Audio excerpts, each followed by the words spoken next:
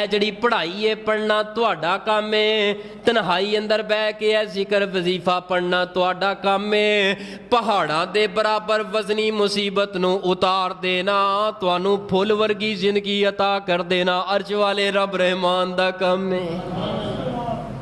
اے وظیفہ دسیا ہے میرے نبی نے کنہاں نوں؟ اپنے گھر والیاں نوں۔ میرے نبی یہ بھی دس سکتے سن میری قبر تے آ کے میرے کولوں منگ لیا جے،